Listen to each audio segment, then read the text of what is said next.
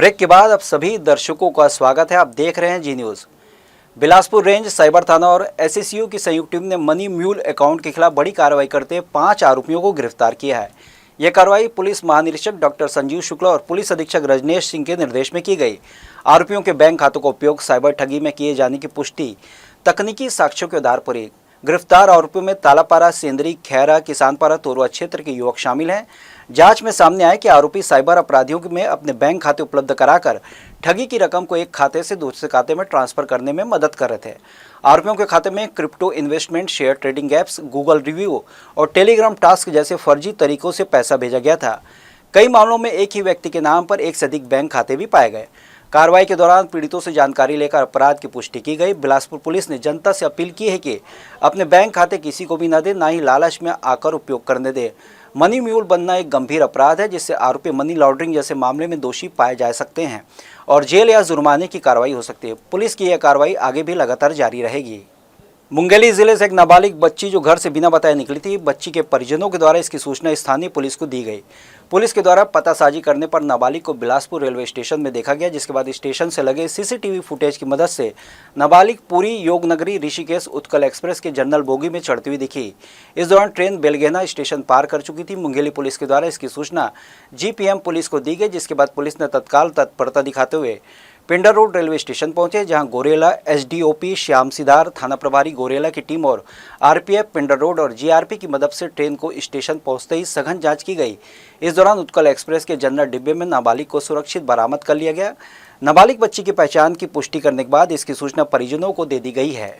Civil line थाना क्षेत्र में सुलभ शौचालय में कर्मचारी पर धारदार हथियार से हमला हुआ, लेकिन पुलिस ने इस गंभीर मामले को हल्के में लेते हुए आरोपी पर सामान्य धाराओं में कार्रवाई कर उसे मुचलके पर छोड़ दिया। इस रवैये से पुलिस की कार्यप्रणाली पर सवाल उठने लगे हैं। घटना सिविल लाइन थाना क्षेत्र की है, जहां वाजपेयी ग्राउंड के सामने स्थित सुलभ शौचालय में शुक्रवार सुबह उस वक्त हड़कंप मच गया जब एक कर्मचारी पर धारदार हथियार से हमला कर दिया गया। कर्मचारी ने बताया कि आरोपी मालिक दास उर्फ सोनू मानिकपुरी ने 5 रुपये शुल्क मांगा गया, जिस पर वो भड़क गया और चाकू से उसके हाथ पर वार कर दिया। इसके बाद वाइपर से भी हमला किया और जान से मारने की धमकी देते हुए फरार हो गया। घटना की जानकारी मिलती पुलिस मौके पर पहुंची और मामला दर्ज किया, लेकिन जिस तरह से जानलेवा हमला और धमकी जैसे गंभीर आरोप लगे हैं, उसके बावजूद पुलिस ने सख्त धाराओं में कार्रवाई करने की बजाय मामले को सामान्य धाराओं में दर्ज कर आरोपियों को मुचलके पे छोड़ दिया। इससे सवाल उठ रहे हैं कि क्या पुलिस अब अपराधियों को संरक्षण देने का काम कर रही है। प्रताप चौक के पास वाजपेयी ग्राउंड में सुलभ शौचालय है। वहाँ पर आवेदक राम खिलावन काम करता है कि वहाँ फ्रेश होने के लिए मालिक राम गया हुआ था। फ्रेश होने के पश्चात उन्होंने जो वहाँ शुल्क लगता है उस बात को लेकर वहाँ पे विवाद हुआ था। इस पर मालिक राम ने उसे मारपीट कर दिया था। दाहिने हाथ में चोट आई थी, जिस पर मारपीट का मामला दर्ज किया गया और आरोपी को गिरफ्तार किया गया। गांधी चौक स्थित मिनी स्टेडियम में जिला अधिवक्ता संघ बिलासपुर के तत्वावधान में एपीएल 2025 सत्र 3 का भव्य रात्रिकालीन फ्लड लाइट आयोजन किया गया। इस खेल आयोजन का उद्देश्य अधिवक्ताओं के बीच आपसी सौहार्द, स्वास्थ्य और खेल भावना को बढ़ावा देना रहा। कार्यक्रम के मुख्य अतिथि छत्तीसगढ़ उच्च न्यायालय के न्यायमूर्ति राकेश मोहन पांडे और न्यायमूर्ति सचिन सिंह राजपूत रहे। इनके साथ जिला न्यायालय बिलासपुर के कई न्यायमूर्तियों की गरिमा में उपस्थिति में आयोजन को और भी प्रतिष्ठित बना दिया। आयोजन के दौरान जिला अधिवक्ता संघ बिलासपुर के सभी पदाधिकारी, अधिवक्तागण एवं खिलाड़ीगण बड़ी संख्या में उपस्थित रहे। फ्लड लाइट्स की चमक और दर्शकों की उत्साही भागीदारी ने स्टेडियम का माहौल उत्सवमयी बना दिया। आयोजन समिति के द्वारा प्रतियोगिता के सफल संचालन हेतु की गई व्यवस्थाएं सराहनीय रही। इस आयोजन ने साबित किया कि पेशेवर व्यवस्थता के बीच भी अधिवक्ताओं में खेल के प्रति जुनून और अनुशासन की भावना जीवित है। हनुमान जन्मोत्सव हर साल भक्ति भाव के साथ मनाया जाता है। इस दिन भक्त हनुमान जी की पूजा करते हैं। जो साधक इस मौके पर राम भक्त की पूजा करते हैं, उन्हें सभी कष्टों से छुटकारा मिलता है। हिंदू पंचांग के अनुसार हर साल चैत्र पूर्णिमा के दिन हनुमान जन्मोत्सव मनाया जाता है। लिहाजा शनिवार को हनुमान जन्मोत्सव के अवसर पर शहर भर के हनुमान मंदिरों में सुबह से ही भक्तों की भीड़ लगी रही और भक्त हनुमान की आराधना करने उनके द्वार पहुंचते रहे। भगवान हनुमान के जन्मोत्सव को पर्व हिंदू धर्म में भक्ति और उत्साह के साथ मनाया जाता है। बजरंगबली को शक्ति, भक्ति और सेवा का प्रतीक माना जाता है। हनुमान जन्मोत्सव के दिन उनकी विशेष पूजा अर्चना की जाती है। भगवान हनुमान को भगवान राम का परम भक्त माना जाता है। यह दिन भक्तों को उनकी शक्ति, भक्ति और निस्वार्थ सेवा के गुणों का प्रतीक है। इस दिन हनुमान मंदिरों में विशेष पूजा अर्चना, भजन कीर्तन और भंडारे आयोजित किए जाते हैं। इसी कड़ी में शनिवार को हनुमान जन्मोत्सव के अवसर पर सभी हनुमान मंदिरों में सुबह से ही भक्तों की भीड़ लगी रही। भक्त हाथों में प्रसाद और पूजन सामग्री लिए हनुमान जी की आराधना करने उनके द्वार पहुंचते रहे। हनुमान चालीसा पाठ के साथ भोग अर्पित कर भक्तों ने उनकी स्तुति की और उनसे आशीर्वाद प्राप्त किया। हनुमान जन्मोत्सव जो है चैत्र माह की पूर्णिमा तिथि को मनाया जाता है। बहुत शुभ है, आज का दिन भी बहुत शुभ है। हमारे यहाँ संकट मोचन से हनुमान मंदिर में 4 बजे से ही पट जो है खुल गया था। 4 बजे जो है अभिषेक करके हवन किया गया, फिर प्रभु जी को जो है 56 भोग लगाया गया, जिसके बाद आरती का आयोजन किया गया और शाम 7 बजे भी महाआरती का आयोजन किया गया है और भंडारा जो है निरंतर चल ही रहा है। हम कल से 11 तारीख से सुबह प्रातःकाल में अखंड रामायण का पाठ का संकल्पित करके सभी जजमान जितने भी जुड़े हुए इस मंदिर से सभी की मनोरथ कामना के लिए, कल्याण के लिए हम लोग एक रामायणचरितमानस का पाठ करते हैं, जो कि सुबह भी 11 बजे उसका समापन हुआ है। फिर उसके बाद हम लोग 11:30-12 बजे जो भी सहयोग के भोग का भंडारा के लिए होता है लगातार फिर चलते रहता है। यथा वो 10 भी बज जाता है, 11 भी बज जाता है, समथिंग 9 भी बज जाता है। इसके साथ ही भक्त हनुमान जयंती पर व्रत रखते हैं और विधिवत पूजा पाठ करते हैं। ऐसी मान्यता है कि इस दिन सच्चे मन से हनुमान जी की आराधना करने से सभी कष्ट दूर होते हैं और मनोकामनाएं पूर्ण होती है। हिंदू पंचांग के अनुसार इस साल हनुमान जन्मोत्सव सुबह 3:21 पर हुआ। इसका समापन अगले दिन 13 अप्रैल को सुबह 5:51 पर हुआ। जी न्यूज़ के लिए कैमरामैन मनीष पॉल के साथ आलोक अग्रवाल की रिपोर्ट। बिलासपुर रेलवे स्टेशन के प्लेटफॉर्म नंबर 1 पर स्थित सिद्ध श्री दक्षिणमुखी हनुमान मंदिर आज सिर्फ एक मंदिर नहीं बल्कि हजारों लोगों की आस्था का केंद्र बन चुका है। मध्य प्रदेश राज्य के समय से स्थापित यह स्थान अब तक भव्य मंदिर का रूप ले चुका है। इस मंदिर से जुड़ी एक ऐसी सच्ची कहानी जिसने भक्ति की ताकत को जीने का जरिया बना दिया। बात है वर्ष 2005 की, जब एनटीपीसी सीपत के रिटायर्ड जीएम अनिल कुमार मेजरवा जिंदगी की कठिन मोड़ पर खड़े थे। रायगढ़ निवासी अनिल कुमार किसी काम से बिलासपुर आए और रेलवे स्टेशन पर स्थित हनुमान जी की मूर्ति के आगे सिर झुकाया। उनकी आंखों में आंसू थे, मन में सवाल और जुबान पर केवल एक प्रार्थना। उस वक्त यह स्थान एक पुरानी मूर्ति भर था जो मध्य प्रदेश शासन के समय से स्थापित थी, लेकिन उस क्षण से उनके जीवन की दिशा बदल गई। अनिल कुमार जैसे ही रायगढ़ लौटे, उनके जीवन में सकारात्मक बदलाव की शुरुआत हो गई। वे मानते हैं कि यह सब श्री हनुमान जी की कृपा का ही परिणाम था। भक्ति की शक्ति ऐसी थी कि अनिल कुमार को रायगढ़ से बिलासपुर बुला लिया गया।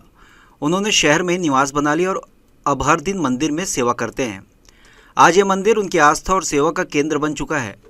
मंदिर को भव्य रूप देने की शुरुआत 2005 में हुई थी और 2010 तक इसका निर्माण पूर्ण हो गया, लेकिन इसकी जड़ें 25 साल से भी अधिक पुरानी हैं। यह वही स्थान है जहां पहले केवल मूर्ति थी, जो अब श्रद्धा के विशाल केंद्र में बदल चुका है। अनिल कुमार के मुताबिक हनुमान जी की सेवा से उन्हें उनके परिवार को जीवन की हर खुशी प्राप्त हुई। यही वजह है कि वे हर साल हनुमान जन्मोत्सव के अवसर पर भव्य आयोजन कराते हैं, जिसमें हजारों श्रद्धालु सम्मिलित होते हैं। जहां पहले एक छोटे से दूंगे में प्रसाद बनता था, वहीं आज 3 कंटेनर भी कम पड़ जाते हैं। मंदिर में न सिर्फ आमजन बल्कि रेलवे के अधिकारी, कर्मचारी और यात्री भी बड़ी श्रद्धा से भोग ग्रहण करते हैं। अवधपुरी ऊपर कपि गयो महावीर बिनमो हनुमान राम जासु जस आप बखाना देखा भरत विशाल अति निश्चर मन हनुमान फरसायक मारे हो चाप श्रवण लगितान महावीर बिनमो हनुमान राम जासु जस आप बखाना। अरे मोर्चे में मैं अनिल कुमार मेजरवार इस मंदिर का आज करीब मैं 16 साल से लगा हुआ हूँ भगवान की सेवा में। और 2005 की बात है, उसमें छोटी सी मूर्ति यहाँ पर रखा करते थे।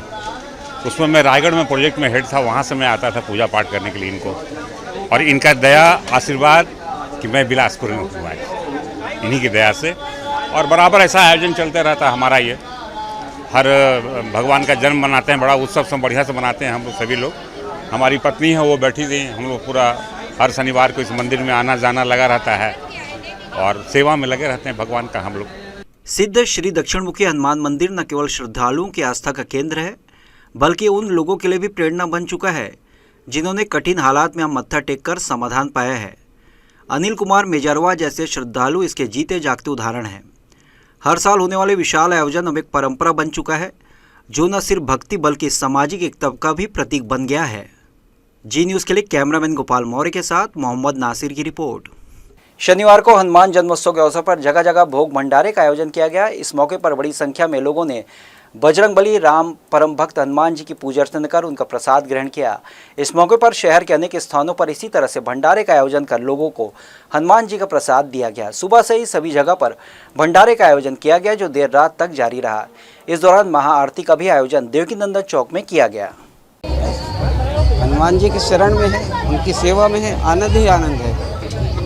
और जैसा कि आप लोगों को पता कि 2004 एक छोटे रूप में शुरुआत हुआ था, आज इतना विशाल रूप में हम हनुमान जन्मोत्सव मनाते हैं। ये सब हनुमान जी की कृपा है। यहाँ इनके दरबार में जो भी आते हैं उनकी मनोकामना पूरी होती है। ये सब सभी सामूहिक से काम होता है, ये सभी के सहयोग से होता है। 2004 से ये चल रही है। 50 किलो बूंदी से चालू हुआ था। आज यहाँ 3 क्विंटल पूड़ी का बनता है, 2 क्विंटल हलवा और खिचड़ी करीब 3 क्विंटल। आज इस रफ्तार से बढ़िया। ये जानना चाहेंगे, जब आप लोगों ने शुरू किया होगा बहुत कम सदस्य होंगे, आज इतना भव्य स्वरूप लिया, कैसी आस्था इस मंदिर के प्रति है जो लोग जुड़ते चले जा रहे हैं? इसकी आस्था क्या है, सभी में भाव, मतलब एक बाल रूपी हनुमान जी हैं। ये सभी को अपने में समाहित कर लेते हैं। लोगों में यहाँ के हनुमान जन्मोत्सव के दिन बहुत अच्छा उत्सव रहता है और लोग बढ़ चढ़कर स्वयं स्वेच्छा से सहयोग करते हैं। हर चीज़ में हमको लोगों का बहुत सहयोग मिलता है और ये विगत जैसा कि 2004 से एक बहुत ही छोटे रूप में चालू हुआ लोगों का सहयोग, और आज बाल रूपी हनुमान जी, दक्षिण मुखी हनुमान जी, सर्व सिद्धि दाता, हर आदमी की मनोकामना पूरी होती है यहाँ पे आके। सिरगिट्टी रुचिका विहार में 9 दिवसीय सोलहपुरी माता पूजा की शुरुआत हुई। पहले दिन राटा पूजा के साथ संपन्न की गई, जिसके बाद अब अगले 9 दिनों तक प्रतिदिन माता के अलग स्वरूप के दर्शन भक्त कर सकेंगे। बिलासपुर जिले में सोलहपुरी माता की पूजा उत्सव का आयोजन में श्रद्धालु भक्तिभाव से रोजाना शामिल होते हैं। रुचिका विहार सिरगिट्टी में आयोजित सोलहपुरी माता पूजा में पहले दिन राटा पूजा के साथ पूजा महोत्सव की शुरुआत हुई। अगले 9 दिनों तक यहाँ इसी तरह माता की आराधना करेंगे। सोमवार को माता का आगमन पूजा पंडाल में होगा, जिसके बाद प्रतिदिन गीली हल्दी से माता का विग्रह तैयार किया गया। पुजारी रोजाना गीली हल्दी से ही देवी के अलग अलग स्वरूपों का निर्माण कर रहे हैं। दोपहर बाद इसकी तैयारी शुरू होती है और रात करीब 9 बजे देवी की विधि विधान और मंत्रोच्चार के साथ पूजा अर्चना और आरती की जाती है। माता सोलापुरी की पूजा देश में अलग अलग रूपों में की जाती है। दक्षिण भारत में मां जगदम्बे को सोलापुरी स्वरूप में पूजा जाता है। सोलापुरी माता का विश्व प्रसिद्ध मंदिर खड़गपुर पश्चिम बंगाल रेलवे क्षेत्र में है और यहीं से सोलापुरी माता पूजा उत्सव की शुरुआत हुई। इस पूरे आयोजन की जड़ें पश्चिम बंगाल के खड़गपुर से ही जुड़ी हुई हैं, जहां से चलकर बिलासपुर में इससे महोत्सव के रूप में ले लिया। मान्यता है कि सोलापुरी माता देवी शीतला का ही एक रूप है, जो ग्रीष्म काल में होने वाले लू, ज्वर, छोटी बड़ी चेचक जैसी बीमारियों से रक्षा करती है। माँ सोलापुरी का श्रृंगार दक्षिण भारतीय शैली में पट्टू साड़ी, मोंगरे के हार और आभूषणों से किया जाता है। देवी को विशेष मुकुट पहनाया जाता है। आज पहला दिन श्री श्री सोलापुरी माता जी का राटा पूजा हुआ है, जिसको हिंदी में अपन काष्ठ पूजा बोलेंगे या मड़वा बोलेंगे, है कि नहीं। वो गोविंद नगर से राजू एवं संजीव पाल परिवार की तरफ से यह पूजा का आयोजन किया गया है और राटा पूजा पर उनके निवास स्थान से परिक्रमा करते हुए पूजा पंडाल में लेके आए हैं। यहाँ विधि विधान से हमारे खड़गपुर से जो आए हैं पुजारी, जो सोलापुरी माता जी की विधि विधान से पूजा करते हैं, वो लोग आके इस पूजा को संपन्न कराए हैं। और 14 तारीख को त्रिपुर सुंदरी मरीमाई मंदिर से गीली हल्दी से माता जी का निर्माण करते हुए, श्रृंगार करते हुए नगर परिक्रमा के रूप में, शोभा यात्रा के रूप में माता जी का आगमन होगा। वो माता जी ward number 10, ward number 11, ward number 12 में पूरे नगर में परिक्रमा करते हुए फिर पूजा पंडाल में स्थापित हो जाएंगे। यहाँ बहुत शानदार आयोजन रहता है और पूजा भी बहुत अच्छी तरह से होता है। आज पहला दिन था, राटा पूजा से शुरुआत होती है इस पूजा की और पहला राटा डाला जाता है और उसके बाद कल माता का आगमन होगा शाम को, उसके बाद परसों से उनका पूजा होगा। श्री सोलापुरी माता पूजा की कई विशेषताएं हैं। मुख्य पुजारी के साथ 5 बाल पुजारी पूरे 10 दिन उपवास रखकर देवी की पूजा अर्चना और अनुष्ठानों में पूरा सहयोग करते हैं। केवल धोती पहने और शरीर पर हल्दी का लेप लगाए ये बाल पुजारी 10 दिनों तक अपने घर नहीं जाते।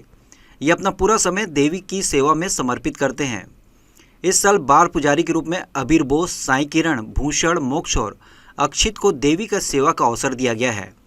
वहीं अगले रविवार को महाकुंभम पूजा के साथ आयोजन का समापन होगा। जी न्यूज़ के लिए कैमरामैन मनीष पॉल के साथ आलोक अग्रवाल की रिपोर्ट। बिलासपुर के रतनपुर थाना क्षेत्र में फार्म हाउस से कुर्सी, सीलिंग पंखा, तखत जैसे सामान चोरी करने वाले 2 आरोपियों को पुलिस ने गिरफ्तार कर लिया है। पकड़े गए आरोपी में संजय उर्फ मोन्टू पटेल, गंगाराम उर्फ पक्का पटेल शामिल हैं, जो घटना के बाद से फरार चल रहे थे। दोनों आरोपियों के कब्जे से 2 सीलिंग पंखा, 3 कुर्सी, 2 तखत बरामद किया गया है। इससे पहले इसी मामले में 2 अन्य आरोपियों को गिरफ्तार कर जेल भेजा जा चुका है। बीते 30 दिसंबर 2024 को प्रार्थी शिव कुमार राज ने रिपोर्ट दर्ज कराई थी कि खूटाघाट स्थित उनके 2 अलग अलग फार्म हाउस से कई घरेलू और कृषि उपकरण चोरी हो गए हैं। मामले में रतनपुर थाना प्रभारी नरेश कुमार चौहान के निर्देशन पर पुलिस टीम ने पतासाजी शुरू की। पहले 2 आरोपियों से टुल्लू पंप, दीवान, welding machine, cutter machine, cable wire और सबमर्शिबल पंप बरामद किया गया। अब 2 अन्य आरोपियों की गिरफ्तारी के साथ मामले में और बरामदगी हुई है। तो ये थी इस बुलेटिन की खबरें। देश विदेश की तमाम खबरों के लिए बने रहिए जी न्यूज़ के साथ। मुलाकात होगी अगले बुलेटिन में। तब तक के लिए मुझे दीजिए इजाज़त। आप स्वस्थ रहें, खुश रहें, अपना बहुत बहुत ख्याल रखें और देखते रहिए जी न्यूज़। नमस्कार।